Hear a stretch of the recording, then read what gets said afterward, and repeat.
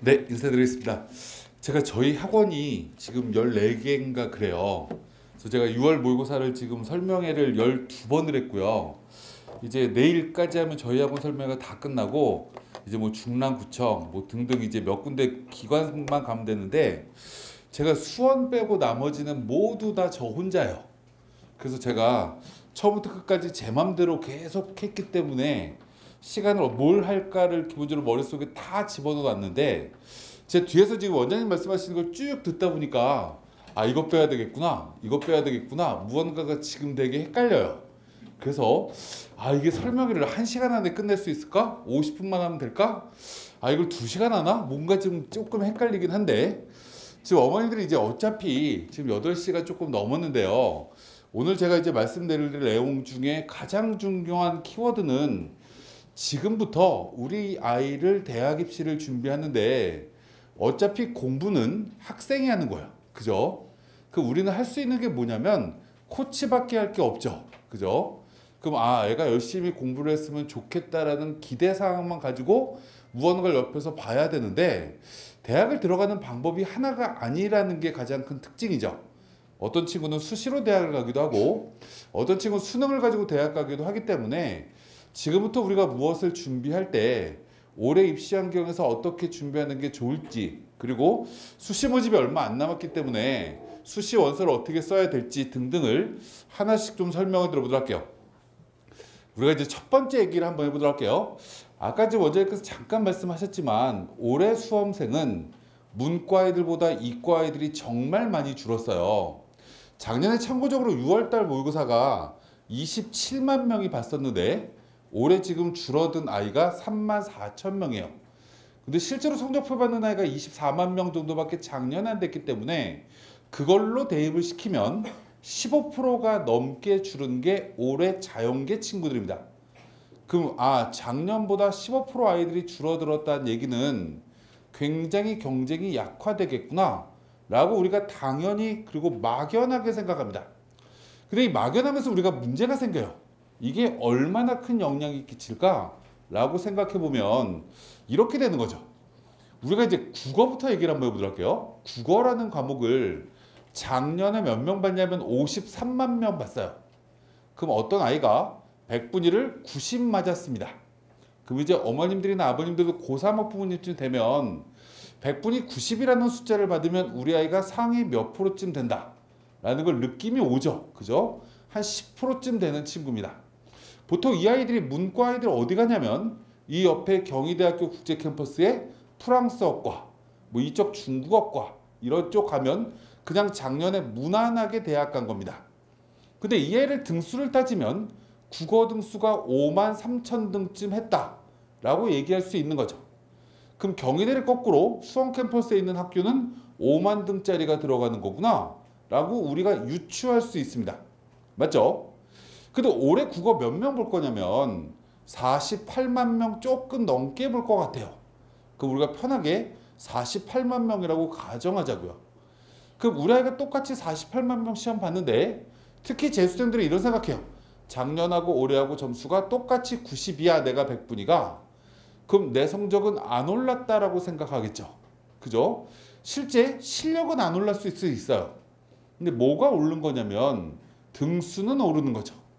48만 명 볼 때 100분위 90 맞으면 4만 8천 등이에요. 그럼 등수가 5천 등이나 무려 올라갑니다. 애들이 이렇게 많이 주니까. 53만 명에서 5천 명 줄었다라는 얘기는 5만 명 줄었다는 얘기는 10%도 안 줄었어요. 그죠? 근데 아까 제가 뭐라고 했었냐면 자연계는 과탐 15% 준다라고 말씀드렸습니다. 그럼 이과는 정말 합격선이 많이 내려갔겠구나 라고 우리가 무언가 생각할 수 있어요. 문과는 참고적으로 한 8%쯤 줄었습니다. 이게 올해 입시의 첫 번째 특징이에요. 두 번째 우리가 또 얘기를 해보도록 할게요. 수능은 다 넘어가도록 하겠습니다. 두 번째 또 얘기를 할게. 올해 입시의 또 하나의 특징은 이제 문재인 정부 이후는 제가 모르겠어요.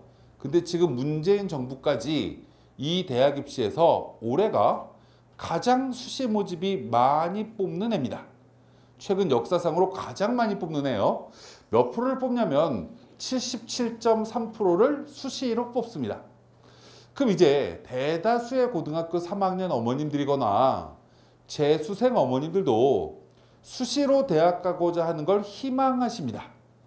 왜 수시로 가는 걸 희망하냐라고 질문하면 정시까지 지원하려고 하면 우리 아이가 자의적이든 타의적이든 수시 6번을 모두 다 떨어져야 됩니다. 그죠?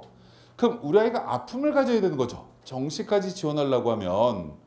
그래서 실제로 사람들은 먼저 붙는 걸 굉장히 좋아하는데 올해 아까 말씀드렸지만 작년보다 1%가 넘는 인원이 또 수시가 늡니다.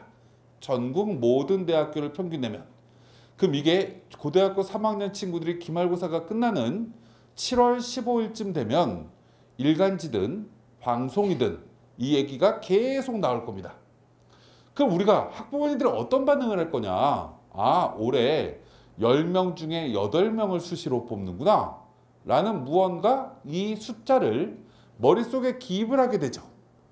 그럼 수시로 대학 가야 되겠구나 라고 우리가 무언가 생각할 가능성이 굉장히 높습니다. 특히 올해 고등학교 3학년 친구들은 학종이 50%에 육박한다라는 사실을 고등학교 1학년 때부터 다 듣게 됐어요. 누구한테? 고등학교 선생님들한테. 고등학교 선생님들은 제일 좋아하는 전형이 뭔가요? 라고 질문하면 학생부 종합전형이라고 얘기합니다. 왜냐하면 아이들을 컨트롤할 수 있는 키를 학생부 종합전형을 가지고 있으면 우리가 컨트롤할 수 있다라고 생각하기 때문에 고등학교 입학을 하면 고등학교 1학년 때부터 선생님들이 야, 학종 50% 넘는다? 교과까지 더하면 70%, 60% 가까이 돼. 이렇게 무언가를 얘기해서 이걸 우리 고등학교 올해 고3 친구들은 머릿속에서 계속 갖고 있습니다. 그래서 이런 얘기합니다. 올해 고3이 단군 이래 가장 최악의 수능 실력을 가진 아이들이다 라고 얘기합니다.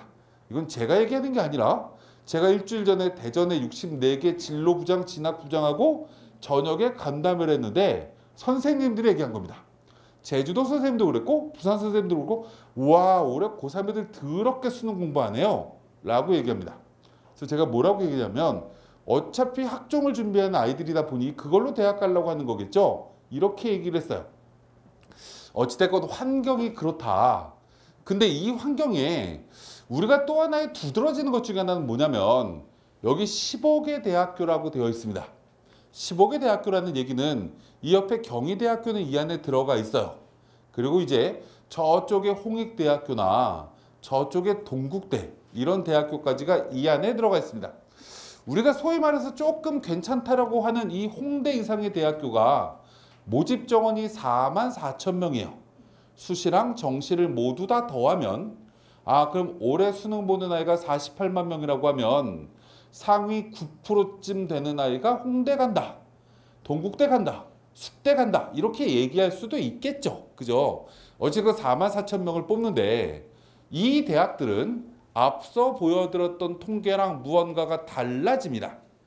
수시 모집이 2%가 오히려 줄었습니다. 왜 여기는 줄었냐라고 질문하면 지금 현재 고1부터는 정시 30%를 뽑아라. 그래서 어제 서울대 2022 30.3% 뽑아. 이렇게 뉴스가 나왔습니다. 그래서 이제 2022 내후년부터는 정시 30%를 의무적으로 주요 대학교는 다 뽑아야 됩니다. 그럼 이제 교육부에서 이런 생각을 하는 거죠. 서울대가 21%밖에 정시를 안 뽑았었는데 21% 계속 뽑다가 갑자기 30% 뽑으면 대학 입시가 혼란스러우니 2020에도 조금 늘리고 2021에도 조금 늘려서 3년 동안 무언가 조금씩 늘리는 게 대학들 니들 입장에서도 혼란이 야기되지 않겠니? 이렇게 무언가를 얘기했더니 대학들이 말을 들은 거예요. 그래서 올해부터 수시가 주요 대학교는 늘어납니다. 그럼 우리가 기본적으로 뭐가 이 인원이 줄었냐 수시가 라고 확인을 해봤더니 논술 전형 인원이 굉장히 많이 줍니다. 수시 모집에서. 또 인원이 굉장히 많이 주는 건 특기자 전형의 인원이 굉장히 많이 줍니다. 그럼 어차피 특기자는 우리 아이랑 상관이 별로 없으니까 그죠? 기본적으로 주는 건 우리한테 행복할 수 있는데 상당수 아이들, 특히 재수생들은 논술을 굉장히 많이 써야 되는데 논술 인원이 올해 줄어서 논술은 수시에서 경쟁률이 굉장히 올라갈 수도 있겠구나 라고 우리가 생각하셔야 될 필요가 있다. 반대로 교과 종합전형의 인원을 합치면 이건 주요 대학교도 지난해보다 인원이 줄지 않았다 라는 걸 기본적으로 생각하셔야 됩니다. 여기까지 이제 배경 지식을 가지고 정시가 인원이 꽤 많이 늘겠구나. 그래서 우리가 이제 대학교 정원을 쭉 보다 보니까 뭐 홍대건, 건대건, 뭐 이런 한국외대건 이런 대학교는 작년과 올해 선발 인원이 거의 똑같습니다. 정시가. 그럼 어디가 인원이 늘었냐면 경희대까지 최상위 대학교가 인원이 늘었습니다. 왜 하필 경희대까지가 최상위 대학이냐? 그냥 대통령 예우입니다. 그죠? 대통령 예우예요. 그래서 실제로 경희대까지가 우연히도 서울대를 뺀 연대, 고대, 서강대, 성균관대, 한양대, 중앙대, 경희대까지만 정시가 늡니다. 올해에는. 왜 이들까지만 늘었냐면 교육부에서 이 대학들한테 제일 먼저 전화를 했거든요. 2020부터 정시를 늘리자. 그래서 이 오른쪽에 몇 프로 늘려 있다라고 보여지냐면 15%가 늘어나 있습니다. 이게 문이과가 거의 늘어난 비율이 똑같아요. 그럼 아까 제가 말씀드렸지만 문과 친구들은 8%가 줄었어요. 그러면 들어가려고 하는 아이들이 그만큼 줄었는데 문이 15%가 늘어났으니 대학 가기가 굉장히 쉬워졌겠구나 라고 생각할 수가 있고, 자연계는 애들도 15% 줄고 문도 15%가 줄었으니 대박인 거죠. 그죠? 기본적으로 이렇게 되는 거다. 그럼 여기서 우리가 이제 생각을 한번 해봐야 되는 게 있습니다. 정리를 여기서 하면 올해 대학 입시의 가장 큰 특징은 밑에 있는 대학, 이제 경희대 밑으로 내려가면 비슷해지지만 위의 대학교는 학종 인원, 교과 전형 인원 안 줄었다. 첫 번째. 정시 인원이 오히려 늘었다. 이게 올해 입시의 상황입니다. 그럼 이제 여기서부터 정리를 한번 해보도록 할게요. 그렇다라고 하면 이렇게 대학 입시의 인원 변화가 있는데 학생은 줄었다라는 게 또 하나의 특징이라고 아까 계속 얘기를 하셨어요. 그 우리가 학생이 준 게 어떤 현상이 벌어질까를 우리가 가만히 생각을 해보자고요. 이제 어머니께 질문을 한번 합니다. 5분의 1이 커요? 6분의 1이 커요? 5분의 1. 역시 수원의 어머님들은 굉장히 예전에 수학 영재였나 봐요. 문학소녀는 아니었던 것 같아요. 5분의 1이래요. 강동구에서 6분의 1이라고 했었거든요. 깜짝 놀랐어요, 제가. 근데 어찌됐건 큽니다, 그게. 그러면 이제 이렇게 생각해 보자고요. 이 옆에 있는 권성고등학교가 작년에 고등학교 3학년이 300명쯤 됐었는데 올해 전국에 문이과가 평균으로 준 건 12%가 줄었어요. 그럼 이 학교는 올해 몇 명으로 바뀌어야 정상이냐면 36명이 줄어 있을 테니 264명으로 바뀌어 있어야 정상입니다. 전국 평균으로 줄었으면. 이해 가시죠? 근데 작년에 300명일 때 전교 30등 한 아이가 있었겠죠. 그죠? 올해도 264명의 전교 30등짜리가 반드시 있을 겁니다. 그럼 올해 없는 아이는 누구냐면 270등이 없겠죠. 그죠? 280등이 없을 겁니다. 그럼 이 얘기는 다시 얘기하면 올해 대학교 중에서 제가 조금 전에 이제 운전하면서 오다가 이데일리 기자가 이런 질문을 해요. 올해 애들이 되게 많이 줄어서 지방대학교 애들 못 뽑겠네요? 이렇게 질문해요. 그래서 못 뽑겠지 뭐. 이렇게 얘기를 했더니 이런 사회적 병폐에 대해서 어떻게 생각하니요? 그래서 난 사회 전문가 아니까 몰라. 그리고 끊어버렸어요. 짜증나가지고. 근데 어찌됐건 작년에 280등짜리를 뽑아서 학교가 유지됐던 대학은 올해 학교 유지하기 굉장히 어려울 겁니다. 그렇지 않을까요? 290등짜리를 뽑았던 대학은 진짜 애들 안 올 겁니다. 애들이 없기 때문에. 근데 30등짜리가 작년에 갔던 대학교는 올해도 30등이 그대로 있으니까 걔가 똑같은 대학교를 가면 되죠. 맞나요? 대학은 뭘로 가는 거죠? 등수로 가는 겁니다. 왜요? 전국의 고등학교 숫자가 똑같아요. 그럼 작년에 30등 했던 대학교가 예를 들어서 아주대를 갔으면 올해 30등도 당연히 아주대 가는 게 정상적인 거죠. 근데 이제 뭐가 문제가 되는 거죠? 이 올해 30등짜리 아이가 내신이 안 좋아지는 거죠. 그렇잖아요? 300명일 때 30등 한 아이와 260등짜리의 30등 한 아이는 내신이 달라요.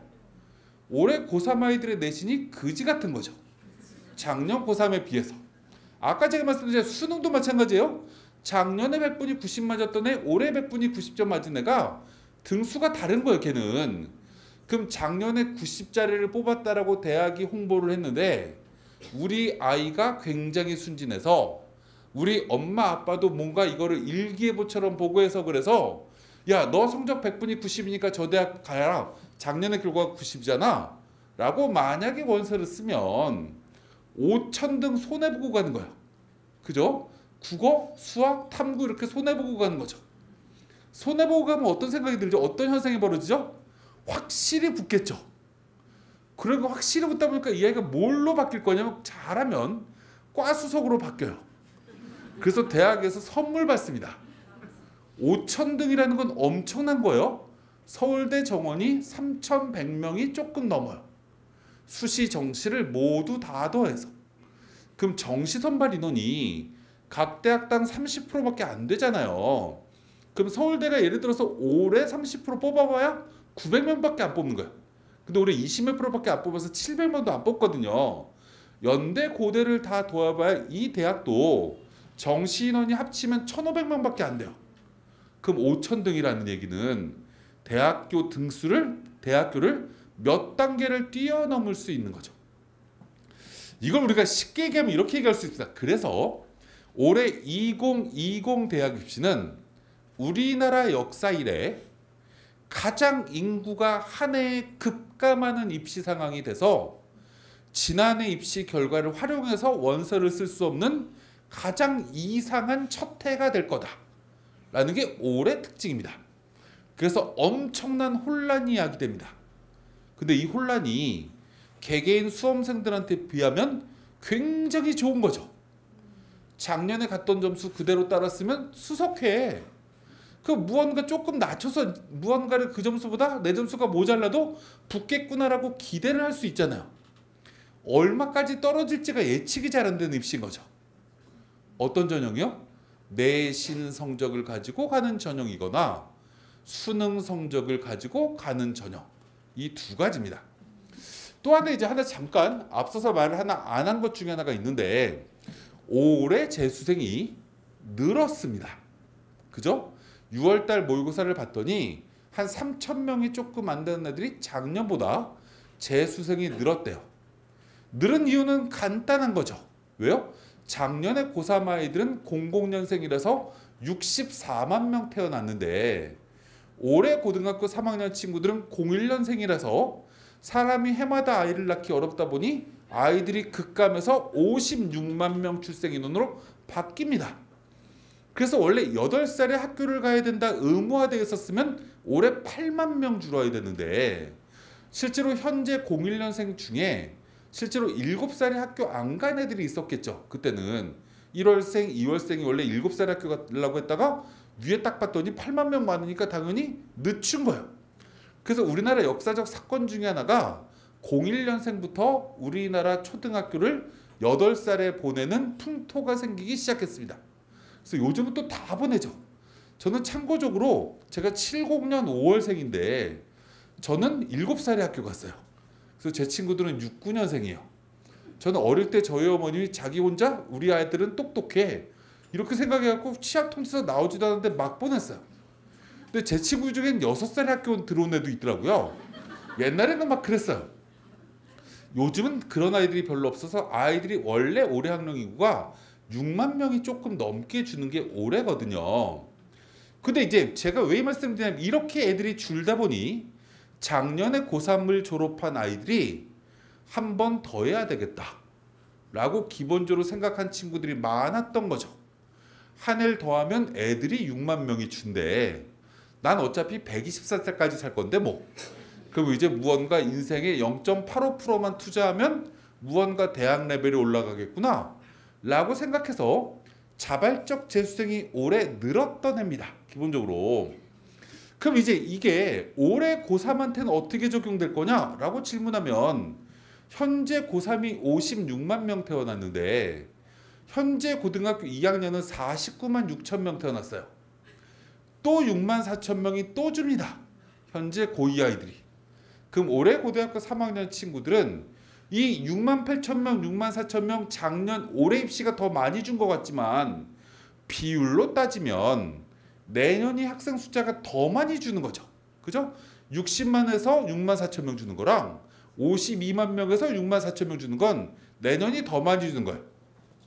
그래서 내년까지 수업 메가스터디를 비롯한 저희 13개 학원 재수학원들은 걱정이 별로 없어요. 애들이 다 들어올 거다. 근데 제가 이 말씀을 왜 드리냐면 이 애들이 많아진다는 얘기는 참고적으로 작년에 저희가 기숙학원이 2개가 있는데 서초기숙, 양지기숙이 마감을 언제 했냐면 이 2개 학원이 정원이 1780명이거든요. 1780명이 마감이 언제 됐냐면 12월 26일 날 마감됐습니다. 그래서 1780명의 자리가 하나도 없었어요. 애들이 왜 이렇게 했냐? 빨리 무언가 재수하겠다고 생각하는 애들이 늘어난다는 거죠.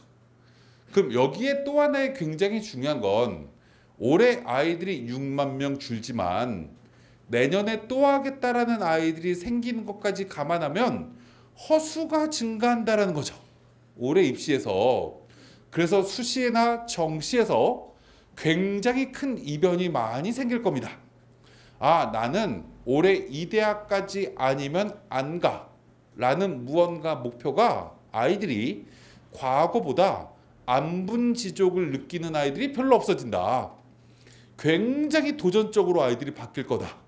그래서 무언가 입시가 굉장히 이제 경쟁력이 낮아질 거다 생각을 하시면 되고, 그래서 교과 전형이나 이 수능 전형이 무언가 합격선이 낮아질 거라고 기본적으로 생각하시는 걸 생각하고 그 다음 얘기를 한번 해보도록 하겠습니다.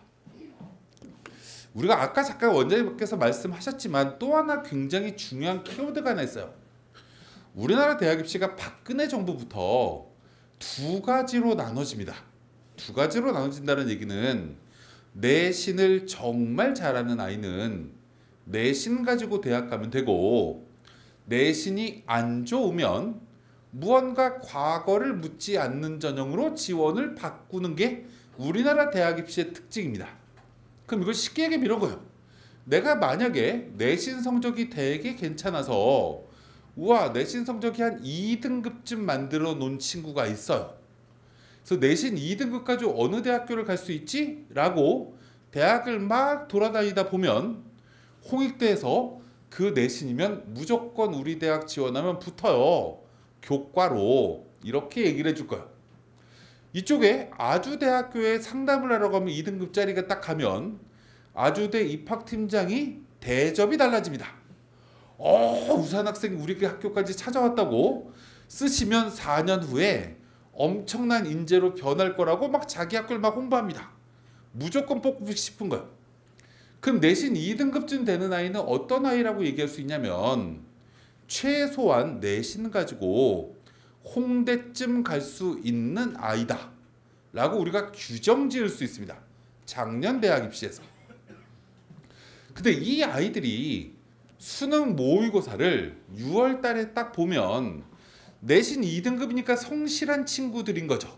그죠? 어느 정도 성실한 친구들에서 학교당 평균은 좀 다르지만 작년에 저희 메가스터디 온라인에 성적을 입력한 친구들이 메가스터디 환급을 나중에 해주거든요. 이 등록을 46만 주고 샀는데 목표대학교 어디까지 학교 가면 돈을 돌려주는데 조건이 뭐냐면 6월 성적이랑 수능 성적을 입력해야 돼요. 그래서 이걸 입력을 한 아이가 작년에 10만 명이 좀 넘었어요. 근데 그 아이들을 제가 조사를 한번 해봤어요. 수능이 251점, 6월 모의고사가 251.6점 맞은 아이들이 있습니다. 평균적으로. 평균 백분위가 84인 거죠. 이 아이들의 내신을 평균 내봤더니 내신이 2등급이었어요. 그럼 이 아이들은 이제 2개를 가지고 고민하기 시작하는 거죠. 내신 2등급 고정값으로 대학 가면 홍대는 간다 라는 무언가 팩트가 만들어집니다. 내신으로 교과 전형을 쓰면. 그럼 이 아이는 만약에 수시원서 쓰면 이렇게 쓰면 되겠네요. 아, 홍대 하나는 붙으면 수시를 우리가 한 장만 쓰는 게 아니다 보니 무언가 아쉬움을 남기지 않기 위해서는 아빠한테 이렇게 질문하면 됩니다. 아빠 한 장 줄게. 어디 쓸까? 이렇게 물어보면 돼요. 근데 아빠가 서울대 이러면 그래 한번 쓰지 뭐. 뭐 다면서 이렇게 추천서 하나만 받으면 됩니다. 그래서 서울대를 썼다가 떨어져. 근데 어차피 홍대를 붙어. 그러면 이 아이는 히스토리가 명확해지죠. 서울대를 아깝게 떨어진 홍대 학생. 평생 이렇게 누군가한테 얘기를 하고 다녀도 거짓말이 아닌 거예요. 사기가 아닌 거죠. 엄마가 옆에서 연대 얘기를 하면 연대도 쓰면 돼요. 6장이나 있으니까. 그 무언가 이 아이는 맨 밑에가 홍대라고 딱 규정되어 있어요. 근데 6월 모의고사는 84를 맞으면 정시에서 지난해까지 홍대를 갈 수 있었냐? 못 가요. 우주의 기운이 들어와도 홍대 못 붙어요. 최근에 붙었던 적이 없어요. 홍대가 다군에 있기 때문에 경쟁률 한 10대 1쯤 되거든요. 정시에서도. 그럼 실제로 이 아이는 이런 생각하는 거죠. 내가 내신이 다 끝난 건 3학년 1학기예요. 그죠? 7월 달이면 끝난 고정값을 딱 갖고 있는데 홍대야. 수능은 모의고사기 때문에 변동값이야. 물론 올라갈 수도 있어. 근데 떨어질 수도 있을 것 같은데? 그럼 이 아이는 대부분 아이들이 10중 8구 뭘 하냐면 내신 가지고 대학 가겠다고 생각하는 거죠. 그러면 홍대 교과로 쓸 때는 내신 성적 갖고 수능 체제를 맞춰야 되는데 수능이 몇 과목이지? 이렇게 봤더니 3과목이야. 그럼 이 아이는 공부를 하는 방법은 3과목만 하면 되는 거죠. 한 과목을 버리면 돼요. 그럼 이 아이가 수능 성적이 오를 리가 없죠. 4개를 다 더해버리면. 무슨 얘기 가시죠? 그리고 그 위에 대학교를 쓰려고 했더니 학생부 종합전형을 다 쓰려고 했더니 학생부 종합전형은 수능 최저가 없어. 있는 학교가 고대네. 그럼 안 쓰면 되죠. 그죠? 어차피 5장밖에 안 남았는데 서울대 쓰고 연대 쓰고 서강대 쓰고 한양대 쓰고 성균관대 쓰면 5개 끝나잖아요. 그럼 고대를 안 쓰는 순간 이 아이는 수능 공부를 해야 될 이유가 없다라고 느껴지죠. 그죠? 그 다음 또 수능 최저가 있는 학교를 또 봤더니 학생부 종합전형은 2대예요. 아, 난 남잔데? 그럼 필요 없네. 기본적으로. 그럼 실제로 그 위에 없어요. 이제 학생부 종합전형은. 왜 요즘 아이들이 수능 성적이 안 나오냐라고 질문하면 어느 정도 내신을 갈 수 있는 친구들이 내신 성적을 확보해 놓은 다음에 6월달 모의고사를 딱 보게 되는데 이게 평상시랑 다르게 고등학교 3학년 친구들끼리 봤던 3월, 4월보다 6월달 성적이 떨어져 버리는 거예요. 아이들이. 재수생이 7만 명이 들어오니까. 그래서 두 개를 비교해 봤더니 아이들이 내신이 더 유리하다라고 생각을 하다 보니 수능 공부를 6월달 이후에 안 하게 되는 거고 또 안 하게 되는 결정적 계기가 뭐냐면 7월 초에 기말고사를 보는 거죠. 그래서 갑자기 6월달 시험 성적을 딱 받고 아씨 수능 성적 올려야 되는데 라고 생각했다가 아 그래도 기말고사 마지막까지 마지막 하나 남은 거 잘 봐야지 이거 공부하고 나면 그 다음 아이들이 뭐가 하게 되냐면 학생부 종합전형 준비하기 위해서 자소 써야 되지 않을까? 이렇게 무언가 흘러가서 아이들이 평균 작년 아이들을 봤더니 30점 떨어지더라. 과목당 9점 이상씩 떨어지더라. 그럼 100분위가 9점이라는 얘기는 이런 거죠. 어떤 아이가 6월 달에 100분위를 80 맞았어요. 그럼 이 아이는 어느 학생이라고 얘기할 수 있냐면 경기대는 갈 수 있겠다. 뭐 경찰행정이나 몇몇 인기학과 빼고는. 그랬던 아이가 만약에 10점이 떨어지면 수원대도 못 가겠구나. 이렇게 바뀌어지는 겁니다. 근데 이렇게 떨어지는 아이들이 65%가 넘어갑니다. 근데 다행스럽게 아까 말씀드렸지만 이 친구들은 내신이 2등급이기 때문에 아마 경기대 이상의 대학교를 학종으로 교과로 대부분 다 붙을 거예요. 그럼 이 아이들이 65% 떨어진다라는 얘기는 일부 아이들은 성적이 올라가야 되는 거죠. 그래야 총점이 맞아버리는 거죠. 30%의 아이들이 이만큼 성적이 올라갑니다. 30점 가까이 올라요. 80점짜리가 아까 말씀드렸지만 경기대쯤 간다. 아 나는 시내버스 타고 학교 다니면 되겠구나. 기분 좋을 수 있지만 꼭 시내버스 타고 학교 다녀야 되나? 초등학생도 아니고 무언가 지하철의 본연의 목적에 맞게 수원역에 가가지고 여기 무슨 예를 들어서 분당선 같은 경우는 저쪽에 광교역 가면 다 지하로 가긴 하지만 수원역에 가면 지하철인데 밖에서 타잖아요. 화서도 바뀌고 저쪽이 어디야? 뭐 금악 뭐 이렇게 뭐 안양 쪽까지 내려가야 지하철이 아니라 지상철이죠. 무언가 지하로 내려가야지 서브웨이인 거잖아요. 기본적으로 10점이 올라가면 100분이 90으로 올라가면 이 아이가 최소한 올해로 하면 어디 가냐? 문과 아이들은 건대는 간다. 올해 100분이 10점씩 올라서 90이 올라가면 자연과외가 80점 100분을 맞으면 어디 가냐면 아주대 가면 잘 간 거고요. 단국대쯤은 무난하게 가는 게 100분이 80입니다. 자연계 친구가. 이 아이가 90으로 올라가면 어디 가냐면 중대 가요. 올해 아무리 못 가도 시립대는 가요. 이런 성적으로 바뀌게끔 무언가 만들 수 있는 환경이 고3 애들이 공부를 너무 안 한다. 이게 기본적인 특징이다 라는 말씀을 드리고 이제 그 다음 얘기를 한번 해보도록 할게요. 제가 아까 잠깐 말씀드렸지만 사람들은 작년 입시 결과를 보고 우리 아이가 현재 수준이 어디쯤이구나 라고 확인합니다. 저희 메가스터디 학교 특별 서비스의 지금 정시 가배치표도 실제로 지난해 입시 결과랑 거의 똑같게끔 나와 있습니다. 이건 우리가 뭐라고 얘기할 수 있냐면 착시 현상이에요.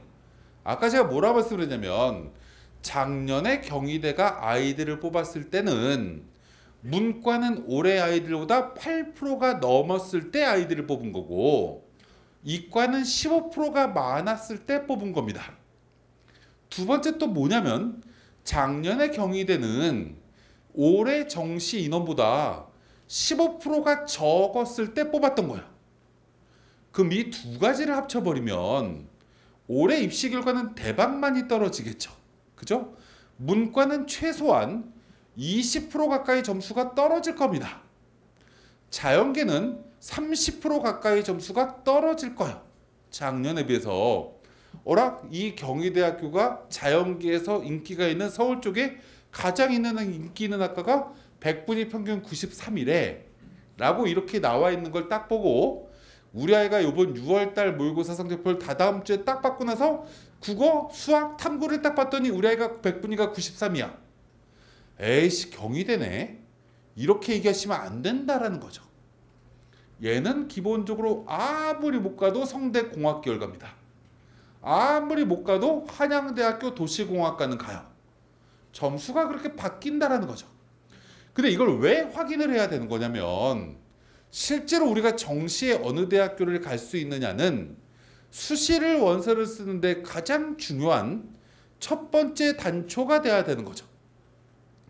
우리 아이가 정시로 성균관대를 갈 수 있는데 수시 모집에 중대를 쓰면 뭔가 이상한 거잖아. 그러다가 중대를 붙었어. 근데 실제 수능을 봤는데 성대쯤 가는 성적을 그대로 유지해갖고 성적표를 딱 받고 왔어. 그럼 얘는 시험이 끝나고 나서 집에 돌아와서 채점을 하고 나서 기분이 좋을 거냐? 절대 기분이 안 좋아요. 걔는 그날부터 뭘 하게 되냐면 그래도 낮에는 놀다가 밤이 되면 기도해요. 중대 제발 떨어뜨려 주세요. 중대 제발 떨어뜨려 주세요. 이래요. 제가 굉장히 친한 우리나라 대학의 입학처에 굉장히 오랫동안 입학팀장을 하셨던 분의 딸내미가 작년에 재수를 했어요. 근데 이 아빠가 여름방학 동안에 딸내미를 관찰을 좀 했더니 더럽게 공부를 안 하는 거야. 그리고 막 화장하고 다니고 재수학원을. 그리고 가끔 술 처먹고 와요. 그래서 이 아빠가 이제 경험이 있는 거죠. 6월달 성적을 딱 봤더니 이 아이 성적이 어디쯤 갈 수 있는 성적이 국민대쯤 갈 수 있는 성적이었거든요. 근데 더 떨어질 것 같은 거야. 그래서 이 아빠가 어디다 원서를 썼냐면 저쪽에 인천에 있는 국립대에다 원서를 써놨어요. 인천대에다가. 근데 이 아이가 딸내미가 시험을 딱 보고 와가지고 채점을 딱 했는데 작년 점수로 국어가 85점. 문과 아닌데 수학이 92점, 영어가 2등급, 탐구 하나 1등급, 하나 2등급인 거예요. 그래서 성적을 이렇게 딱 바꿨어요. 그래가지고 갑자기 입학팀장 오래 했던 이 양반이 나한테 딱 전화를 해서 이 성적이 뭐 어디가? 이렇게 물어봐요. 이거 한양대 경영인데? 이화여대 무조건 이건 최초합의 장학금이다 라고 얘기를 해줬어요. 근데 이 아빠가 그렇게 얘기해요. 아씨 인천대 썼는데. 근데 이 아이가 수시 무언가 추가 합격자 발표 맨 마지막 날 9시가 마감이었는데 저녁 7시 40분에 전화 왔어요. 붙었다고. 그래갖고 난리 났어요. 그래서 지금 3수예요. 이 아빠는 우리 딸내미가 그럴 줄 몰랐던 거죠. 어떻게 6월달보다 성적이 그렇게 많이 오르지? 맨날 화장하고 다녔는데? 이렇게 무언가 생각할 수 있어요. 어찌되고 아까 원장님 말씀하신 대로 지금부터 성적이 올라가는 건 효율적으로 잘 준비하면 성적이 올라갈 수 있어요. 그럼 실험을 한번 해봐야 되는 거죠. 지금 6월달에서 9월달까지 약 90일이라는 시간 동안에 또 한 번 점검할 수 있는 시간이 있는데 이 기간 동안에 우리 친구들이 공부할 때 가장 중요한 것 중에 하나는 너무 과유불급을 만들면 안 돼요. 아이 국어를 80점 맞아놓고 그럼 내 인생이 80점인데 지금 그럼 내가 국어를 80% 아는 거냐? 절대 그렇지 않아요. 찍어서 맞춘 게 있을 거 아니에요. 오지선다형이니까. 그럼 난 80%도 모르는 거야. 근데 이 아이가 갑자기 난 9월달에 다 맞아야지 국어를 이러면 그 다음 시험 또 80점 맞아요. 원래 공부는 지금부터 다음 시험까지 무언가 점수를 올릴 때 최소한 이 문제 하나는 더 맞춰야 되겠구나. 이 문제 하나는 더 맞춰야 되겠구나. 학습 계획을 무엇보다 세밀하게 짜야 되는데 세밀하게 짤 때 제일 중요한 건 빨리 해결할 수 있는 건 반드시 해야 되는 거고 쉽게 해결할 수 있는 건 반드시 지금 해야 되는 거죠. 그래서 이걸 무언가 하다 보니 이게 8월 달이면 모두 다 끝나? 8월 초면 다 끝나면 무언가 하나를 그 다음에 더 붙일까? 이렇게 학습 계획을 세우셔야 돼요. 목적인 학습 계획을 먼저 세우다 보면 9월 달에 점수가 올라가게 되는 거죠. 이렇게 무언가 예측이 돼야 수시 모집 원서를 쓸 수 있다. 첫 번째 말씀드리고 두 번째 얘기를 한번 해보도록 할게요. 여기 지금 아까 원장님께서 재수생학 부모님들이 굉장히 많으시대요. 한 80%가 재수생학 부모님이래요. 근데 표정을 보면 굉장히 해맑으세요. 어머님 아버님들이 6월달 시험을 잘 보셨는지 아니면 우리 아이가 무언가 공부 빼고는 굉장히 효도를 하는 친구인지 잘 모르겠지만 어찌됐건 굉장히 기분이 좋으신데 어찌됐건 제가 말씀드리고 싶은 제일 중요한 것 중에 하나는 수시 원서를 쓰려고 하면 아까 제가 말씀드렸지만 정시에 어디쯤 갈 수 있지라는 걸 기본적으로 판단을 해보셔야 됩니다. 근데 이걸 원래 누가 해야 되는 거냐면 학생들이 하는 것도 의미 있지만 어머님 아버님이 하셔야 돼요. 그럼 예를 들어서 우리 아이가 6월달 모의고사 성적표를 딱 받은 걸 가지고 이쪽 저쪽 확인을 다 해봤더니 우리 아이 현재 성적쯤으로 대학 가려고 하면 뭐 예를 들어서 숭실대쯤 갈 수 있어 라고 무언가를 딱 확인했어요. 그럼 이걸 아빠 엄마가 교류하시면 돼요. 우리가 6월달은 숭실대네 현재. 그럼 얘 좀 고기 반찬을 좀 더 줄까? 그리고 잠을 좀 덜 자게? 뭐 이런 계획을 엄마 아빠가 세우시는 건 오케이. 근데 뭘 공유하시면 안 되냐면 아이가 이제 학원에 갔다가 딱 학교 갔다가 딱 왔는데 야, 네 성적표를 무언가 대입시켜봤더니 숭실대래. 너 올해 숭실대 가겠구나. 이렇게 얘기하시면 안 됩니다. 우리가 사람은 다양한 사고를 가지고 있는데 일반적으로는 아버님, 어머님은 현실 감각이 굉장히 뛰어나신 분들이고 학생들은 미래지향적 사고를 가지고 있습니다. 나는 지금 숭실대 점수지만 이 아이는 머릿속에 어떤 생각을 갖고 있냐면 국어는 내가 6월 시험 볼 때 17번과 34번은 원래 1번 정답을 알고 있었는데 갑자기 무언가 검토하다가 3번이 헷갈려서 갑자기 생각이 바뀌어서 바꿨더니 운 나쁘게 틀렸어. 원래 나는 6점이 더 올라가야 돼. 이렇게 아이들은 미래지향적으로 생각합니다. 수능 때 이건 반드시 맞춰. 수학도 이거 분명히 풀었는데 왜 내가 미쳤지 더하기를 빼기로 했지? 이게 아이들이 머릿속에 있습니다. 6월 모의고사는 실수하고 수능 때는 절대 실수 안 할 거라고 현재는 생각해요. 이런 아이들한테 어머님 아버님이 현실적으로 얘기하시면 안 된다는 거죠. 그래서 기본적으로 우리 아이가 어디쯤인지는 확인하셔야 되는데 이제 그 다음부터 제가 하나씩 설명을 좀 들어보도록 할게요. 교과부터입니다. 우리가 이제 학생부 교과 전형이 뭐냐라고 질문하면 이 전형은 선 시험을 모두 다 시험을 끝내고 나서 나중에 성적을 확인한 후에 지원하는 결과입니다. 그런 전형이 뭐가 있냐면 교과 전형과 수능으로 뽑는 두 개 전형은 성적표를 받은 다음에 지원하는 전형입니다. 그래서 현실 감각이 아이들이 굉장히 있는 전형인 거죠. 내신이 예를 들어서 3등급짜리가 이 뒤에 한양대 이런 대학교를 원서를 쓰려고 했더니 교과 전형이 합격자 평균이 1.01에 이런 학과를 써야 되겠다라는 시도조차 못하는 게 일반적인 거죠. 왜요?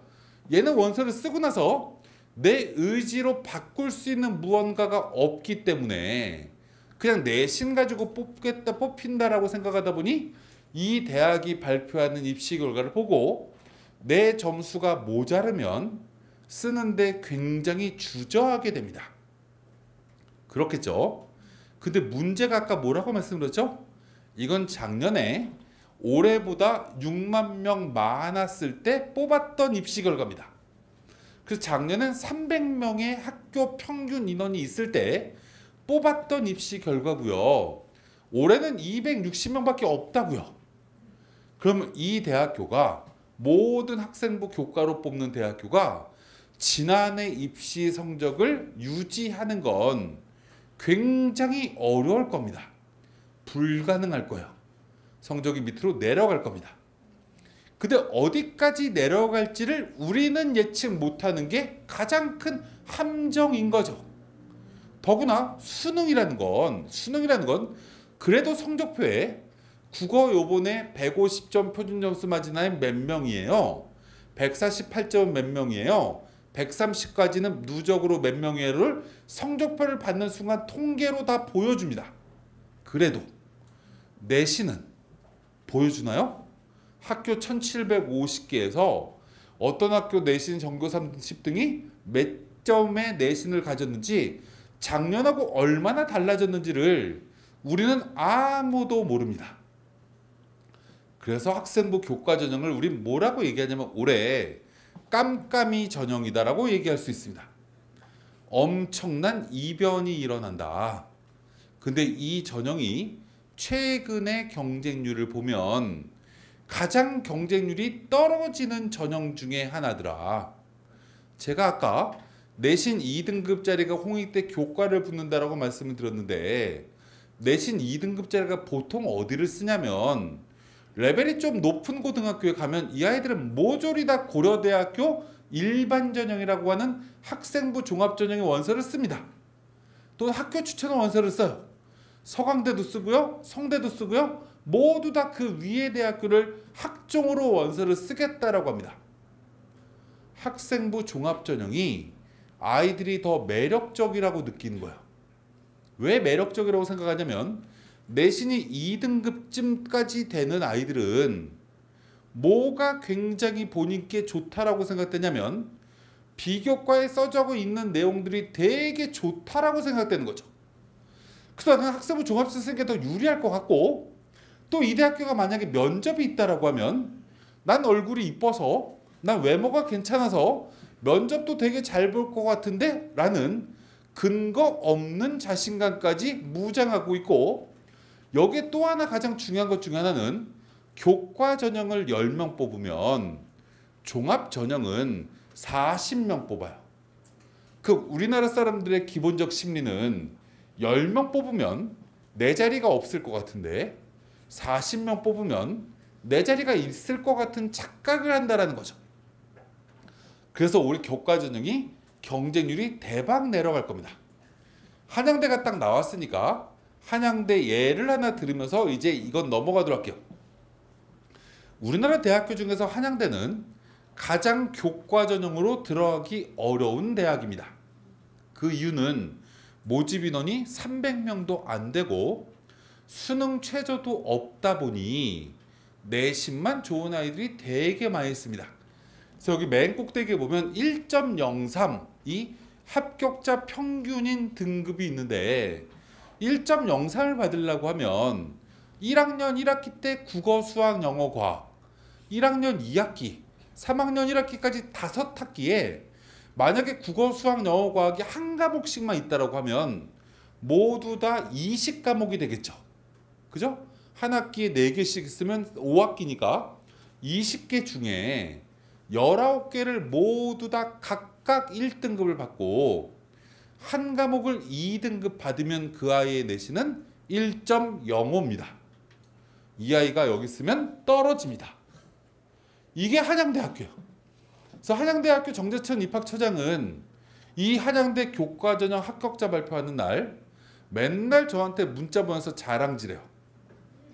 야, 올해 내신 1.00이 72명 합격했다? 1.00은 고등학교 내신 성적에 모두 다 일자밖에 없는 아이들인 거죠. 이게 한양대요. 근데 이랬던 대학도 이변이 일어났던 적이 있습니다. 이변이 일어났던 게 한 3년쯤 전인데 어떤 아이 내신이 2.99였어요. 근데 이 아이가 수시를 씁니다. 보통 2.99는 어디쯤 쓰면 정상이냐면 단국대쯤 써서 붙었으면 좋겠다 라고 생각하는 아이예요. 그래서 그 근처에 있는 학교를 쭉 썼겠죠. 뭐 아주대도 썼을 거고 막 썼을 겁니다. 수시가 6장이나 있다라는 게 문제인 거예요. 6개를 단국대 근처 대학교만 다 쓰면 우울한 거죠. 이 아이가 갑자기 이런 생각합니다. 내가 고등학교 1학년 때 목표했던 대학이 어디지? 내가 고3 처음에 올라왔을 때까지 목표했던 대학이 어디지? 라고 생각해서 그 대학을 쓰기로 결심합니다. 그게 어디였냐면 한양대 미디어 커뮤니케이션이었어요. 그 내신이 2.99니까 이 아이는 제일 먼저 뭘 봤을까요? 당연히 논술 전형을 봤을 겁니다. 논술이 경쟁률이 몇 대 몇이지? 마지막 날 경쟁률을 딱 봤더니 120대 1을 넘어갑니다. 그래서 이 아이가 생각하는 거죠. 이거 붙을 수 있을까? 못 붙겠다라고 생각하고 학생부 종합전형을 봤더니 학생부 종합전형도 이미 경쟁률이 40대 1이에요. 근데 이 아이가 딱 봤더니 뭐가? 교과전형이 경쟁률이 3.5대 1입니다. 그래서 이 아이가 단순하게 이렇게 생각합니다. 그냥 교과로 쓰고 이건 아무것도 준비 안 해도 되니까 그냥 여기다가 넣고 떨어지면 나 한양대를 아깝게 떨어진 단국대 학생이야 라고 얘기해야지 라고 원서를 집어넣었는데 놀랍게도 한양대 교과 성적이 생긴 이래로 거의 처음으로 2등급 때 이 아이가 붙어버립니다. 그 내신도 2.99였는데 왜 붙었냐 라고 질문하면 그 전년도에 입시 결과를 발표했더니 입시 결과가 1.03이었습니다.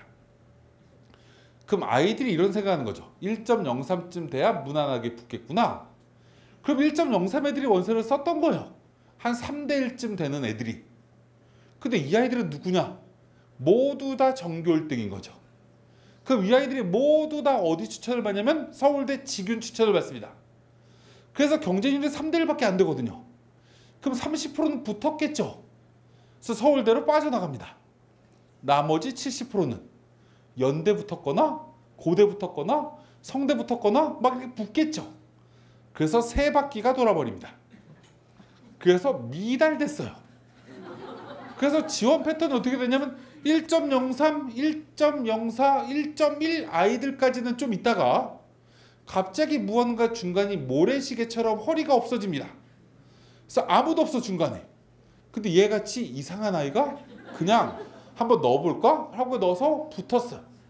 우리가 이런 아이를 뭐라고 얘기하냐면 우주의 기운이 수험생 때 들어왔다 라고 얘기합니다. 근데 이게 3년 전인데 이게 올해는 확률이 더 높아지는 거죠. 왜요? 애들이 급감을 했기 때문에. 그래서 여기서 중요한 것 중에 하나는 교과는 한번 노려볼 필요가 있다. 한양대는 아까 제가 말씀드렸지만 수능 최저도 없더라. 수능 최저가 없는 학교도 이런 일이 일어날 수도 있는데 수능 최저가 있는 학교는 이런 일이 더 크게 일어날 수도 있겠구나 라고 우리가 생각할 수 있겠죠. 왜요? 중앙대 뭐 이런 대학교는 수능 최저가 3개 2등급 이렇게 요구하게 되는데 작년에 53만 명 수능 봤을 때 수능을 11% 맞으려고 하면 5만 8천 등, 5만 9천 등 정도 하면 11% 안에 들잖아요. 그죠? 2등급 많이 드는 애가 그만큼 되죠. 근데 올해는 48만 명 보면 5만 2천 명밖에 못 맞춰요. 6, 7천 명이 과목당 수능 최저를 못 맞춘다라는 얘기는 수능 최저를 맞추기가 어려워졌다라는 거죠, 올해. 중앙대학교가 2년 전쯤이가 저 경제학과가 5.4등급이 들어갔고요. 건축학과가 7등급짜리가 교과로 들어갔고요. 유아교육과에 6등급짜리가 들어갔고요. 사회복지학과에 7.6등급짜리인가가 붙었어요. 교과로. 붙었던 이유는 애들이 안 쓰니까 붙었어요.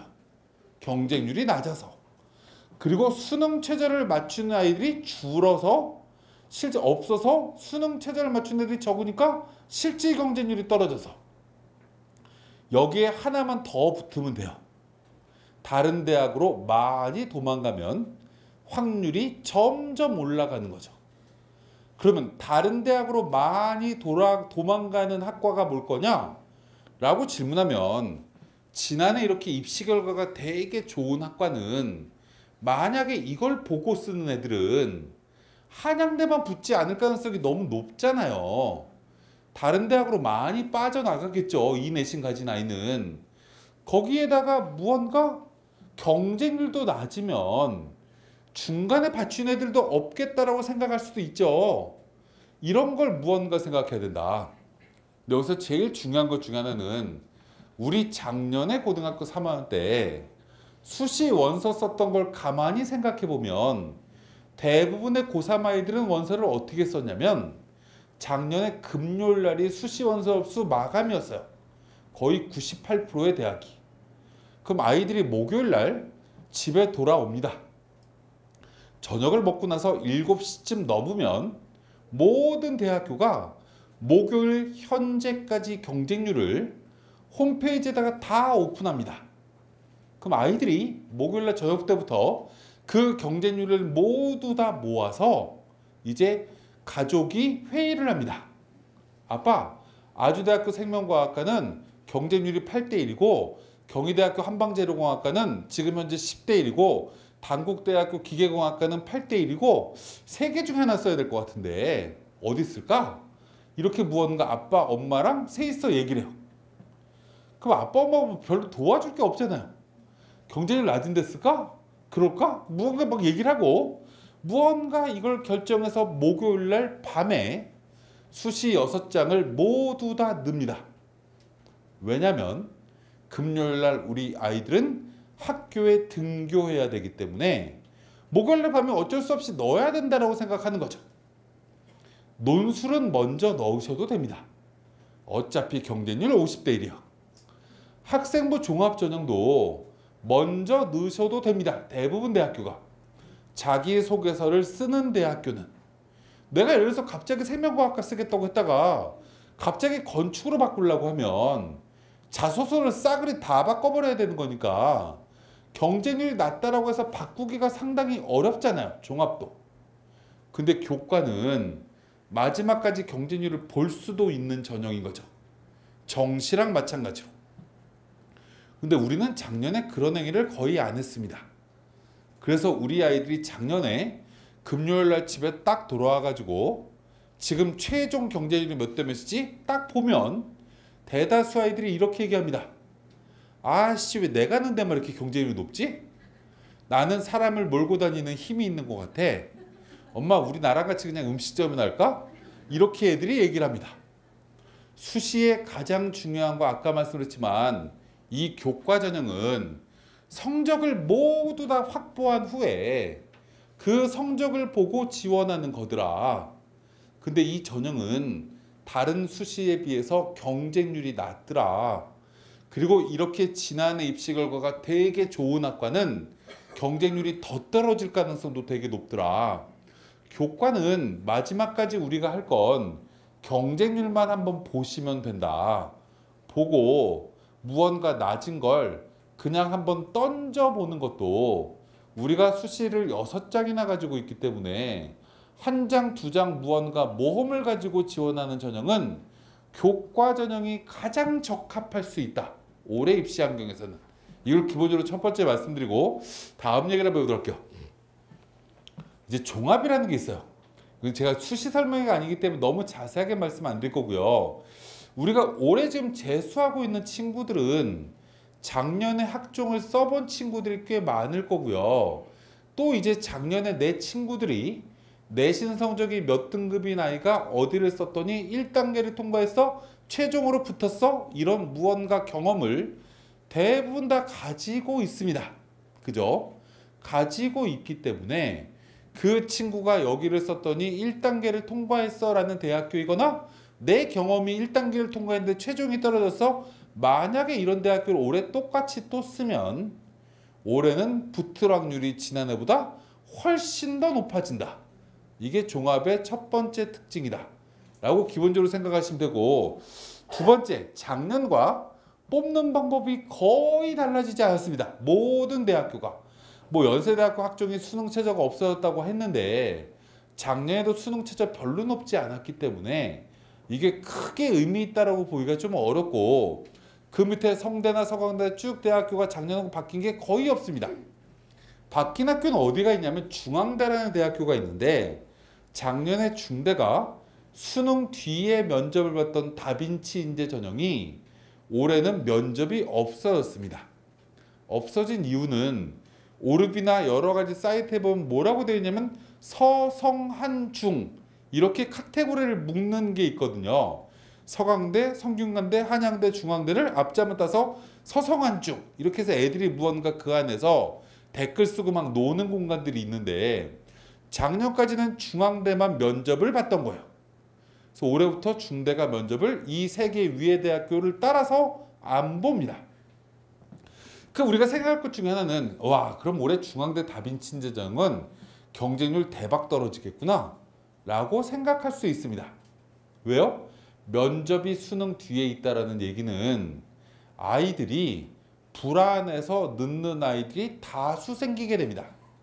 수능 성적은 성대인데 어떨 때 시험 보면 경희대 외대도 가기가 어려워 막 이러면 중대 하나 학종으로 넣으면 붙을 수 있는 내신을 확보한 아이는 넣어놓고 나중에 수능 결과를 보고 나중에 판단할 수 있는 거죠. 어라, 성대 성적이 나왔네? 그럼 면접 보러 흑석동을 안 가면 되고, 어라, 무언가 동국대 갈 성적 나왔네? 그 면접에 최선을 다하면 되는 겁니다. 근데 어찌됐건 이렇게 무언가를 봐야 되는 하나만 바뀌었더라. 중대는 올해 무언가 지원 패턴이 경쟁률이 낮아질 거다. 그럼 혜택 보는 학교가 어디냐? 라고 질문하면 요거랑 무언가 경쟁대학교 주변에 있는 대학교는 중대를 안 쓰고 다른 대학으로 옮겨가는 애들이 있겠죠. 그게 대표적으로 경희대가 될 겁니다. 그래서 경희대 고교연계를 쓰는 친구들 말고 네오르네상스 전형 쓰는 친구는 작년에 내 친구가 1단계를 네오르네상스 무슨 과를 통과했는데 나 그 친구랑 내신이 똑같아. 나 오래 쓰면 붙겠지? 라고 하면 위험할 수도 있다. 학과를 좀 낮추는 것까지 고민했으면 좋겠다 라는 걸 말씀을 드리고, 이건 별로 중요하지 않고 지금 수시 설명이 아니기 때문에 일단 넘어가고 논술 하나 하면서 이제 슬슬 마무리를 좀 잡고 마지막에 해야 될 거 재관점으로 또 말씀을 좀 드리면서 이제 인사를 드리도록 할게요. 우리가 논술이라는 걸 첫 번째 이제 얘기를 해야 될 것 중에 하나가 이런 거예요. 제가 아까 뭐라고 말씀드렸냐면 교과 전형과 수능 전형은 시험 결과를 성적표를 받은 다음에 그 결과치를 가지고 대학을 지원하는 겁니다. 어떤 아이가 국어 3등급, 수학 3등급, 영어 3등급, 탐구 3등급을 받았는데 이 아이가 정시 원서를 쓰는데 나 가구는 서울대 써야지? 이렇게 얘기를 하면 엄마 아빠가 너 미쳤니? 라고 얘기하는 게 정상적이죠. 그죠? 성적표를 다 받았으니까 내 위치가 어딘지 압니다. 근데 이 논술 전형은 다른 전형과 달리 과거를 물어보지 않습니다. 내 입시 결과 여태까지 만들어 온 내신이 몇 등급이냐, 수능 최저가 있는 학교가 있긴 하지만 그것도 등급만 맞추면 되는 거고, 어떤 대학교는 수능도 반영 안 하는 학교도 있습니다. 연대처럼.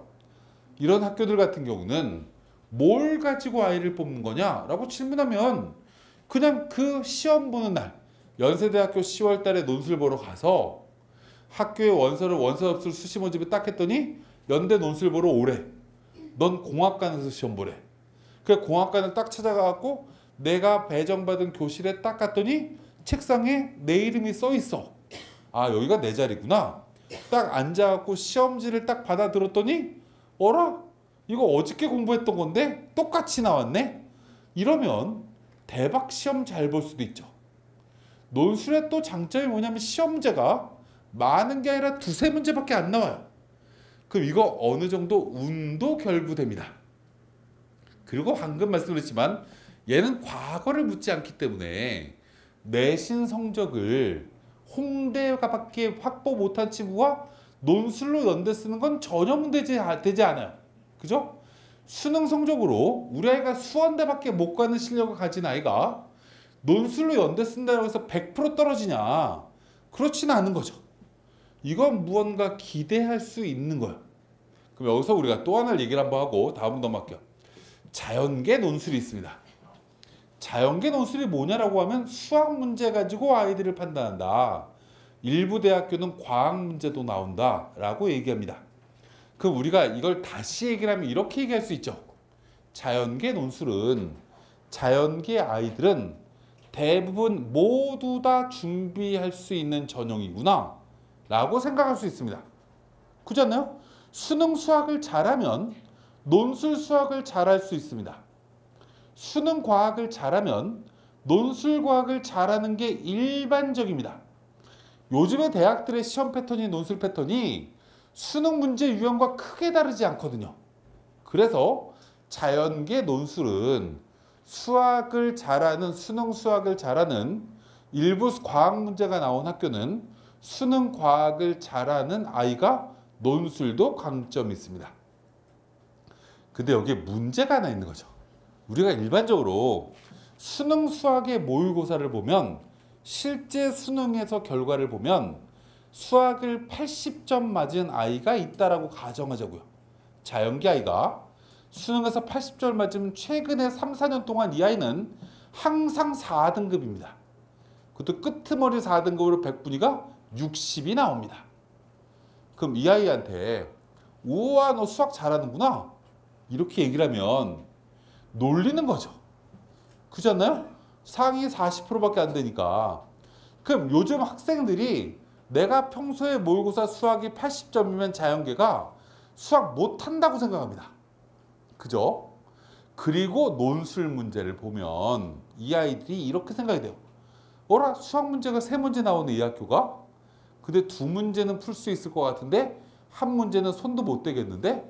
이렇게 보면 이 아이는 또 학습 효과에 따라 아씨 이 대학 논술 못하겠구나 라고 생각할 가능성이 너무 높은 거예요. 근데 논술은 3문제 중에 2문제만 맞추면 자연계 논술은 대부분 다 붙습니다.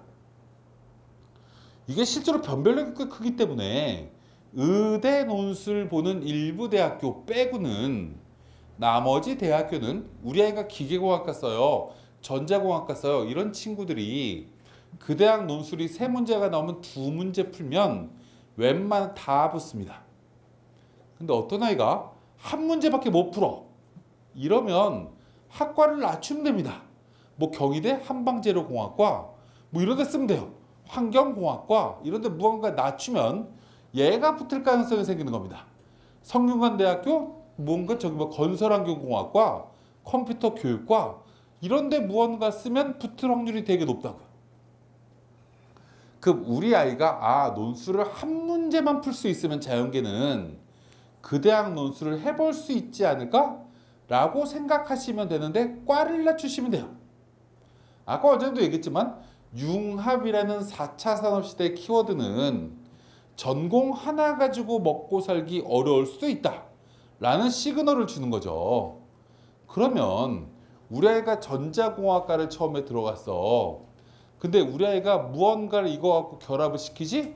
라고 고민을 하다 보니 연결시킬 게 환경이야. 뭔가 이렇게 만들어질 수도 있어요. 그래서 환경을 만들어. 이것과 반대의 경우도 있겠죠. 난 환경을 들어가 처음에. 환경학과를 들어갔는데 와, 난 융합을 전자로 해야 될 것 같은데 이렇게 붙일 수도 있죠. 그럼 결과치가 똑같아지잖아요. 특히 성대 이런 대학교는 졸업장 2개 나와요. 서강대도 마찬가지고. 그 무언가 낮은 과를 하나 들어가서 높은 과를 이중하겠다라고 생각하는 것도 나쁘지 않은 거죠. 물론 그렇게 공부하려고 하면 대학 4년 죽었다 라고 생각을 해야 되겠지만 어찌 보면 그렇게 목표 대학교를 낮은 과로 들어가서 융합하면 의미가 꽤 생기는 거다 라고 논술을 판단하시면 된다. 반대로 문과의 가장 큰 문제가 뭐냐면 이건 공부하려고 했더니 이거 공부하는 시간은 수능 공부하는 시간에 피해를 본다라는 느낌이 듭니다. 논술 공부하는 건 내신하고 연관관계가 전혀 없다라고 생각 들어요. 문과 아이들은. 그래서 요즘은 자연계는 재수생들이 진짜 논술을 많이 합격하고요. 문과 논술은 누가 붙는지 잘 모르겠습니다. 이게 굉장히 특이할 만한 사항이다. 요즘 아이들의 또 하나의 특징이 글을 진짜 못 씁니다. 예전 어머님 아버님처럼 무언가 이렇게 펜팔 세대를 경험한 친구들이 아니다 까토극을 무언가 경험하다 보니 100자 200자 이상으로 넘어가는 글쓰기를 쓰는 게 굉장히 어색한 친구들이에요. 여기에 또 외고 친구들도 논술 준비를 최근 5년 전부터 거의 학교에서 가르치지 않습니다.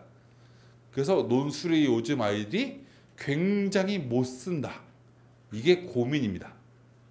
그래서 대학들은 문과 논술로 아이들을 뽑는 게 점점 회의적으로 바뀌고 있어요. 그럼에도 불구하고 없애지 못하는 이유는 이 논술이 본인들이 생각했을 땐 제일 공정한 시험이다라고 생각하는 거죠. 왜요? 지들이 문제를 내니까. 자기네 교수가. 지들이 채점을 하니까. 이것보다 공정한 시험은 없어요. 대학 입장에서 대학들한테 가가지고 어떤 시험이 제일 공정해? 그럼 논술입니다. 이거 이면엔 또 이런 게 있습니다. 올해 연세대학교가 4월달에 입시 설명을 하는데 이런 얘기를 합니다. 올해 논술 전형은 10만 명 이상이 지원할 겁니다. 그래서 연세대학교가 10만 양병설을 키우고 있다. 뭐 이런 얘기를 해요. 분조로. 경쟁률이 200대 1일 거다. 이렇게 얘기합니다. 문과는 일부 학과는 그렇게 나올 수도 있을 것 같긴 해요. 근데 어찌됐건 아이들이 대학들이 생각하는 건 이 전형의 가장 중요한 건 뭐냐면 애들이 지원을 굉장히 많이 해서 이걸 통해서 전용료 수입이 굉장히 많이 생겨서 그 돈을 확보해서 그 대학들 수시 모집 요강, 정시 모집 요강을 찍어서 고등학교에 배포할 수 있는 비용을 만들려고 이 전형은 굉장히 유지하는 것도 굉장히 큰 전형입니다. 어찌됐건 문과 아이들은 문제를 한번 봐야 된다. 이과 아이들 중에 우리 아이가 자연계 논술을 진짜 못하겠어. 6월 모의평가 봤더니 국어는 1등급인데 수학은 3, 4등급밖에 안 나왔고 무언가 과탐도 2, 3등급밖에 안 나왔어. 너 왜 이과니? 라고 질문했더니 엄마가 이과 가라고 했대. 고2 때. 이 아이는 정체성이 되게 애매해서 연대 논술 문제 딱 봤더니 자연계 논술을 못 풀겠어. 수학과형을 3, 4등급 맞으면 연대 논술 문제를 보는 순간 이 아이는 굉장히 자신감이 결여되거든요. 그럼 연대를 못 가겠구나 라고 생각해야 될 이유는 없습니다. 자연계 아이도 문과로 논술 쓸 수도 있어요.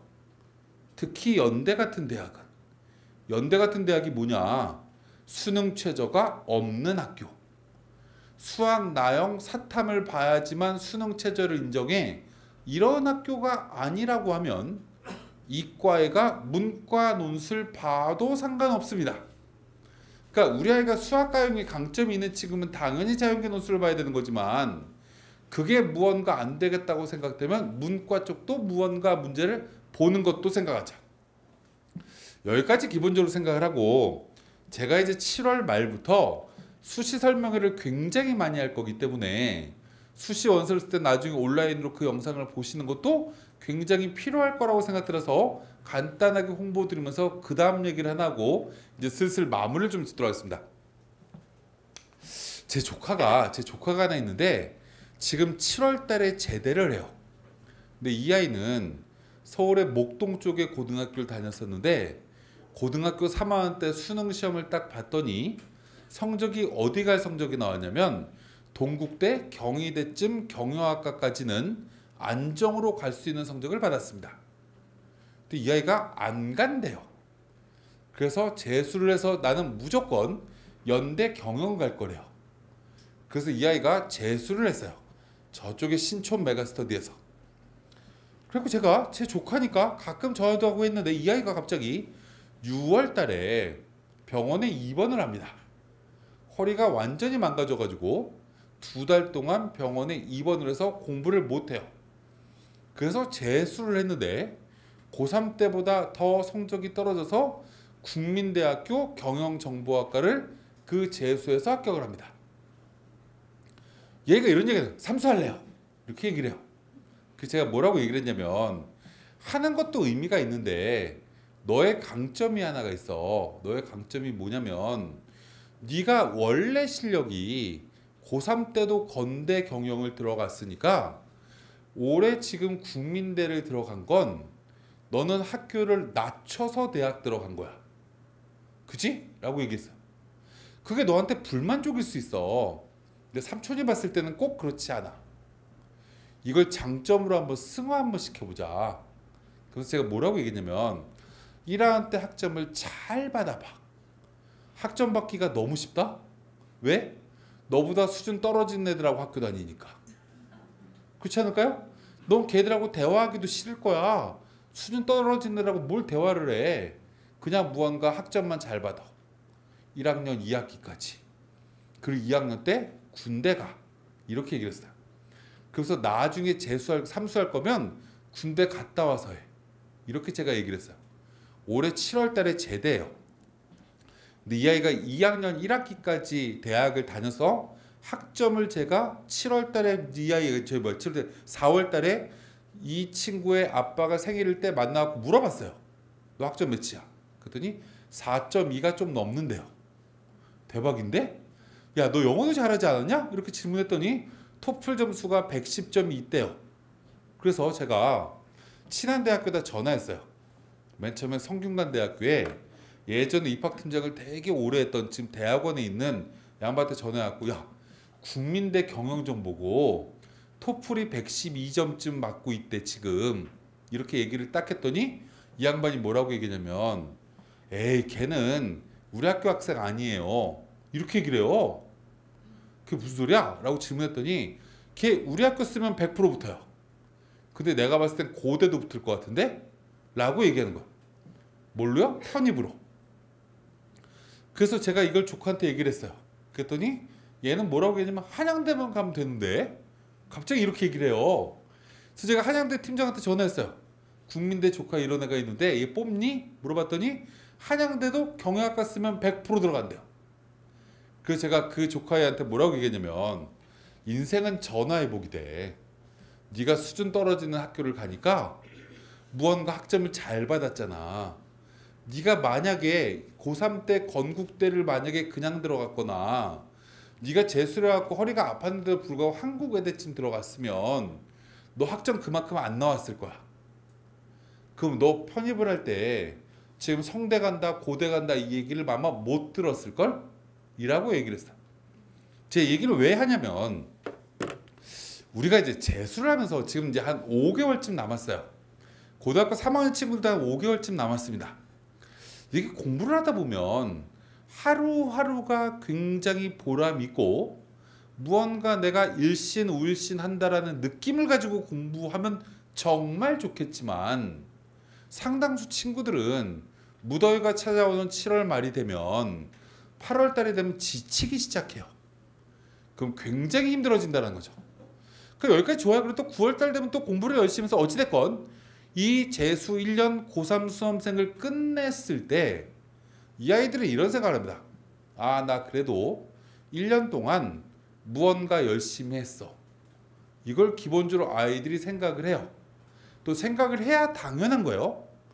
근데 문제는 이 내 노력에 비해서 받아들게 되는 대학의 이름은 대부분 친구들이 만족을 못할 거야. 아, 나 괜히 내가 열심히 공부했는데 수능 때 무언가 실수로 틀려서 이 대학 못 가. 이런 무언가 자꾸 과거만 생각하게 된다는 거죠. 요즘 20대 초반의 아이들이 대학 1, 2학년 친구들이 제일 아쉬운 것 중에 하나가 뭐냐면 과거의 발목이 잡혀서 미래의 새로운 도전을 못해요. 근데 아까 말씀드렸지만 우리 현재에서 가장 중요한 건 융합이라는 얘기는 무언가 자꾸 새로운 도전을 해야 지금 미래의 인재로 인정받을 수 있어요.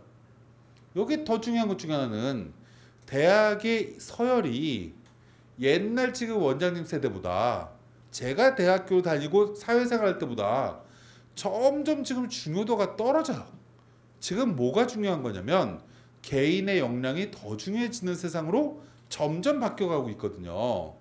그럼 개인의 역량을 키우려고 하면 새로운 걸 자꾸 도전하려고 시도를 하는 친구가 정말 젊은이가 돼야 되는 거죠. 그래서 입시가 딱 끝나고 나면 야, 홀가분하게 1년을 정말 난 잘 보냈다. 그래서 난 무엇을 도전해도 다 무언가 도전하고 이룰 수 있을 것 같아. 이런 느낌을 가질 수 있게끔 마무리 5개월 동안 최선을 다하시길 진짜로 바라고 나중에 수시 원서를 쓰실 때 제가 올지 안 올지 모르겠어요. 근데 제 영상을 홈페이지에 다 올릴 거기 때문에 필요하시면 보시면서 꼭 올해 원하는 대학교를 진학하시길 진심으로 바라면서 저는 이제 물러나도록 하겠습니다. 감사합니다.